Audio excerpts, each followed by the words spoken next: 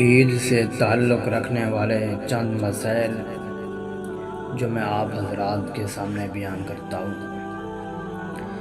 پہلا مسئلہ یہ ہے کہ عیدین کا وقت کب شروع ہوتا ہے۔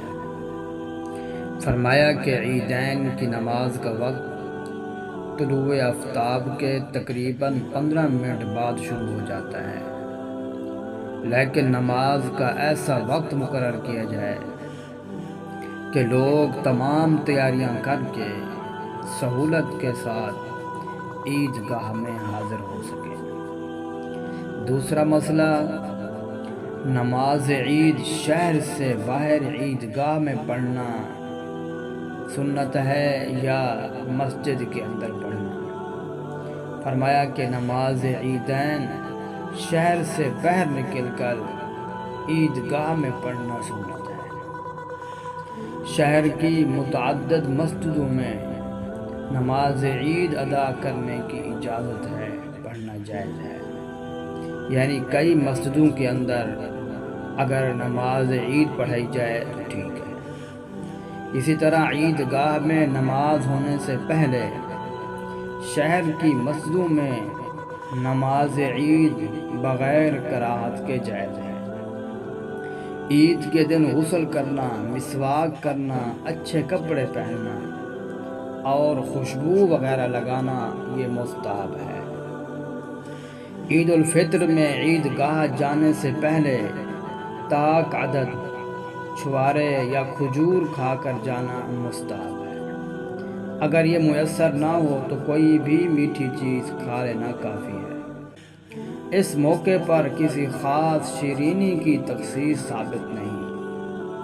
عیدگاہ پیدل جانا سنت ہے، اور ہاں واپسی پر سوار ہو کر آنے میں کوئی حرج نہیں ہے۔ عید کی نماز سے پہلے گھر یا عیدگاہ میں نفلیں پڑھنا جائز نہیں، حتیٰ کہ عورتیں بھی اس دن اشراق اور چاشت کی نماز اس وقت تک نہ پڑھیں جب تک عید کی نماز نہ پڑھ لی جائے جماعت کے ساتھ۔ عورتوں پر نماز جمعہ اور عیدین واجب نہیں، اور عام حالات میں انہیں عیدگاہوں اور مساجد میں جا کر نماز عید میں شریک ہونا بھی مکروہ ہے اور سخت فتنے کا سبب ہے۔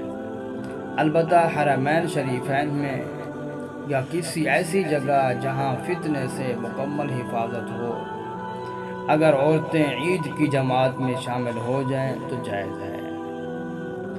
مردوں کی طرح عورتوں کے لیے بھی عید کے دن مستحب یہ ہے کہ وہ غسل کریں، عمدہ لباس پہنیں، کیونکہ یہ خوشی کا اور زینت کا دن ہے، اور اگر چاہیں تو عیدگاہ یا مساجد میں عید کی نماز ہو جانے کے بعد اپنے گھروں میں الگ الگ شکرانے کے طور پر نفل پڑھ سکتی ہیں۔